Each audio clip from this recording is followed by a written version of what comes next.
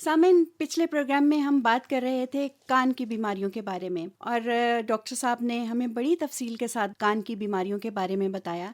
लेकिन फिर भी कुछ बातें ऐसी थीं जो रह गई थी बताने वाली, और हम कोशिश ये करते हैं कि जिस भी बीमारी के बारे में बात की जाए उसको मुकम्मल कर लिया जाए। तो आज भी हम कान की बीमारी के बारे में ही बात करेंगे और उसके लिए आज फिर हमारे साथ डॉक्टर गुलाम नबी साहब मौजूद हैं।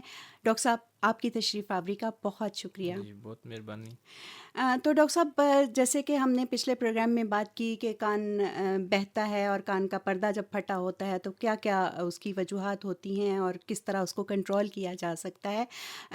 लेकिन एक बात जो पिछले प्रोग्राम में मैं आपसे पूछना चाह रही थी और वक्त ख़त्म हो जाने के बायस आपसे बात नहीं कर सकी, वो ये थी कि कान का पर्दा फटने की वजूहात क्या होती हैं। कान का पर्दा फटने की सबसे बड़ी वजूहात तो ये है कि अगर आपको नज़ला हुआ है, जी। तो नज़ले में अगर आप उसका प्रॉपर यानी ठीक से इलाज नहीं कर पाए, आप अपने टोटके इस्तेमाल करते रहें, तो उसका असर जो है वो आपके कान पे पड़ेगा। और डॉक्टर साहब, अचानक चोट लग जी, जाने से। बिल्कुल, उसकी वजह से भी हो जाता है, ठीक है? ये मैं उसी की तरफ आ रहा हूँ। जी जी। तो उसमें ये है कि जब कान का पर्दा नज़ले की वजह से जो यूस्टेशन ट्यूब आ रही होती है, वो ब्लॉक हो जाएगी, तो ब्लॉक होने के बाद कान के पीछे जो है वो आपका फ्लूइड यानी पानी टाइप जो है मवाद जमा हो जाएगा। जी। तो उसका प्रेशर की वजह से वो पर्दा फट सकता है। इसके अलावा आरटीए यानी रोड ट्रैफिक एक्सीडेंट, हाँ जी। अगर ये बहुत सारी कॉमन सी बात है कि अगर कहीं कान पे ऊपर कोई चोट लगती है, तो चोट लगने के बाद भी आपका पर्दा फट सकता है। डॉक्टर साहब। कान में कोई चीज़ चली जाने से हम्म। यानी फॉरेन बॉडी इसको हम कहते हैं, अगर कान में कोई फॉरेन बॉडी चली गई है, कोई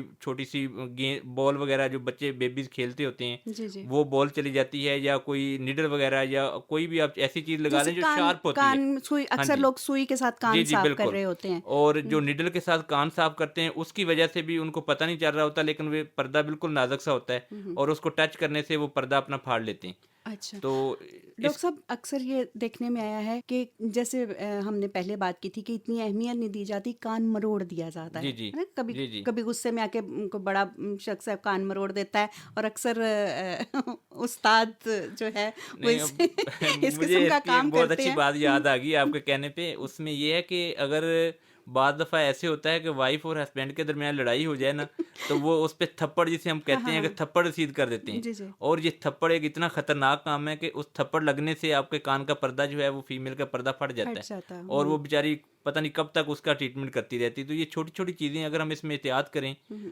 थोड़ा-सा इसमें परहेज़ करें, तो हम कान की बीमारियों से बहुत ज़्यादा जो है बच सकते हैं। तो रीज़न इसकी बहुत सारी हैं। जी ठीक है, जैसे ट्रैफिक एक्सीडेंट की वजह से भी हो जाता है, जी। कान में नीडल मारने से भी हो जाता है। हम इसके अलावा कान में कॉटन बड के साथ कान को साफ कर लेते हैं, ये भी हो जाता है। ऐसे हालात में कान में कोई चीज़ मारनी नहीं चाहिए। अगर कोई कान में वैक्स जमा हो गई है, तो हमें फौरी तौर पर जो है वो ईएनटी स्पेशलिस्ट से रब्ता करना चाहिए। यानी कान साफ हाँ भी जी। डॉक्टर से ही हाँ जी, करवाना बिल्कुल। चाहिए। और उसमें कान में जब वो आपको सक्शन के ज़रिए, सक्शन का मतलब ये है कि एक मशीन होती है जो उस वैक्स को सक कर लेती है अपने अंदर। अच्छा जी। जब वो कान में उसमें कोई तकलीफ़ नहीं होती, हम्म। तो वो फ़ौरी तौर पर आपका कान जो है बिल्कुल साफ़ हो जाएगा। ठीक हो गया। अच्छा डॉक्टर साहब, अब मैं आती हूँ बहुत छोटे बच्चों की तरफ।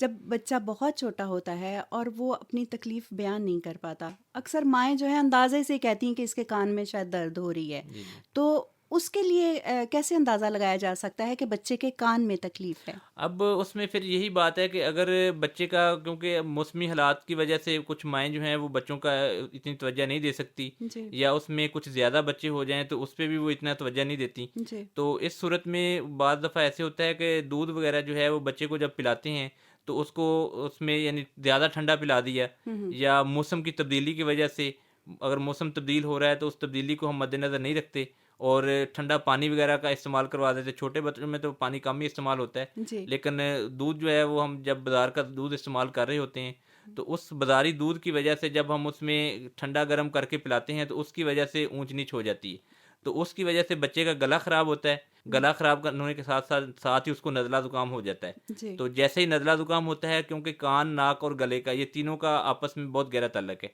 तो वही ट्यूब जो कान को जा रही होती है, जब वो ब्लॉक हो जाती है, तो ऑटोमेटिकली बात है कि वो कान का पर्दा जो है वो प्रॉपरली काम नहीं कर रहा होता, उसमें पस आ जाती है, पस निकलना शुरू हो जाती है। और ये पस बाद दफ़ा ऐसी होती है कि ये बहुत ही ख़तरनाक सूरत इख्तियार कर लेती है। तो हमें बच्चों में भी अंदाज़ा नहीं लगाना चाहिए, ख़ासकर बच्चे तो बेचारे बिल्कुल बोल ही नहीं सकते ज़ुबान से जी कि बिल्कुल। हमें क्या क्या प्रॉब्लम हो रही। तो इस सूरत में हमें फ़ौरी तौर पर ईएनटी के स्पेशलिस्ट को चेक करवाना चाहिए। जैसे ही वो ईएनटी वाला डॉक्टर जो है उसको देखेगा, तो देखने के बाद वो उसकी टिम्पैनिक चेक करने के बाद उसमें बहुत सारे चीज़ें सामने आ जाती हैं कि टिम्पैनिक जो है वो रेडिश है, या उसमें स्वेलिंग है, या कान का पर्दा जो है वो फट चुका है। तो वो सारी चीज़ें हमें जो है वो फौरी पता चल जाती हैं और फिर उस हिसाब से हम बच्चे का इलाज करते हैं। बाज़ दफ़ा ये होता है ना डॉक्टर साहब, के बच्चा दांत निकाल रहा होता है और वो बार बार अपने कान को पकड़ता है, कान पे मारता है। जी जी। तो माएँ यही समझती हैं कि ये दांत निकलने की वजह से ऐसे हो रहा है, वो ये नहीं ख्याल करती हैं कि ये कान में कोई तकलीफ़ हो रही है और शायद इस वजह से भी तकलीफ़ जो है वो बच्चे की बढ़ जाती है। जी बिल्कुल, ऐसे है कि जब दांत निकल रहे होते हैं बच्चों में तो थोड़ा सा बच्चे इरिटेट होते हैं। जी। तो इरिटेट का मतलब ये नहीं है कि उनका कान ही ख़राब है, हुँ। ठीक है? तो कान ख़राब जो है वो एक अलग इशू है, और ये एक अलग है। उसमें ये है कि कान अगर ख़राब होगा तो उसमें आपको बच्चा रात को सोएगा नहीं, अच्छा रात जी। को रोएगा, हुँ, और कान के साथ साथ बच्चे को बुखार भी हो सकता है, हुँ। बच्चे को खांसी भी आ सकती है, बच्चे का गला ख़राब है, उसमें नज़ला ज़ुकाम भी हो सकता है। ये सारी चीज़ें उसमें शामिल हैं। जी। अच्छा, डॉक्टर साहब, छोटा जो बच्चा होता है, अगर बहुत छोटी उम्र में वो नहीं बता पाता कि उसके कान में तकलीफ़ है और उसका पर्दा फट जाता है, तो मतलब उसके लिए किसी इलाज की ज़रूरत होगी या वो आहिस्ता-आहिस्ता खुद से ही ठीक हो नहीं, जाएगा? उसमें इलाज जो है वो सबसे ज़्यादा बेहतर इलाज जो उसकी मदर जो होती है वो कर सकती है। अगर किसी ईएनटी स्पेशलिस्ट को चेक करवाया जाता है जी। और वो रिकमेंड कर देता है कि इसका कान का पर्दा जो है वो रैप्चर हो गया है, यानी कान का पर्दा जो है वो फट गया है, हुँ। तो उस सूरत में वो उसको एहतियाती तदाबीर बताएगा, कुछ मेडिसिन देगा। मेडिसिन के साथ ये होगा कि बच्चे का फ्लू वगैरह जो है वो नहीं होगा, नज़ला ज़ुकाम नहीं होगा। तो जब हमें जो एहतियात करनी है वो ये करनी है, अगर कान का पर्दा फट गया बच्चे का, जी। डॉक्टर ने हमें बता दी है हुँ। कि कान का पर्दा फट गया है, तो उस सूरत में हमने सिर्फ कान के पर्दा फटने के बाद उसको एहतियात करनी है कि हमने उसके कान को खुश्क रखना है, जी, उसमें पानी कोई नहीं चीज़ जाने नहीं देना, डालनी। हाँ जी। कोई कॉटन बड से उसको साफ नहीं करना। हाँ, एक रीज़न है कि अगर बहुत ज़्यादा रेशा वगैरह कान से बाहर आ रहा है तो हल्का सा बैरूनी कान में, जी, यानी बाहर के एक्सटर्नल हिस्से को। कान हाँ में जी। हम उसको हुँ, साफ कर सकते हैं रुई के साथ, हुँ। ना कि कॉटन बड जो है उसके कान में मारेंगे। अच्छा तो जी। इससे हमें कभी भी हर हाल में परहेज़ करना है। अगर हमने बच्चे को पर्दे को रिपेयर करना है तो अच्छा। उसमें 1 या 2 मंथ जो है उसमें अगर कान का पर्दा आप खुश्क रखते हैं तो वो तो बच्चे का 1-2 कर्दा, महीनों में जी ये बिल्कुल, वो रिपेयर हो जाएगा। अपने आप ठीक हो लेकिन जाए। एहतियात ज़रूरी है कि नज़ला ज़ुकाम नहीं होगा उसको। अच्छा, डॉक्टर साहब, बाज़ दफ़ा ये होता है कि कहा जाता है कि ये बच्चा पैदाइशी बहरा है। जी, जी।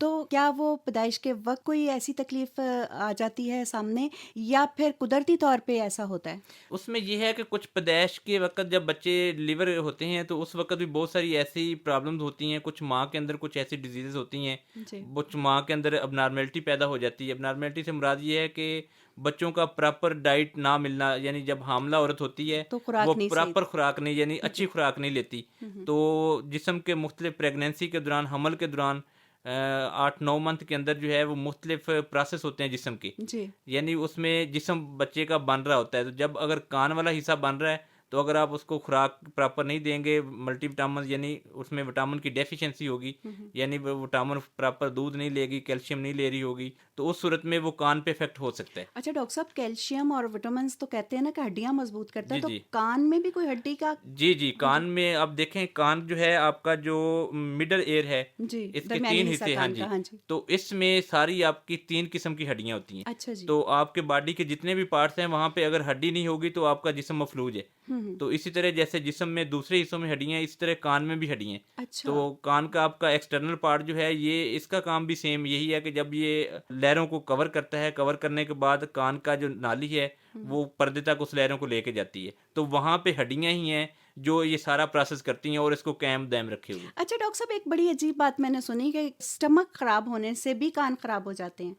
नहीं, ऐसा तो इशू नहीं है कोई कि स्टमक ख़राब हो तो कान आपका ख़राब हो। उसमें ये है कि मोशन वगैरह तो आ सकते हैं, हाँ जी। लेकिन कान से इसका कोई तल्लुक नहीं। अच्छा, हाँ जी। ठीक। यानी मतलब ये ऊपर वाला हिस्सा हाँ है, जी। नाक, कान और जी, गला, बस इन इसकी तीनों इन। का आपस में बहुत गहरा तल्लुक है। अच्छा जी। हाँ जी।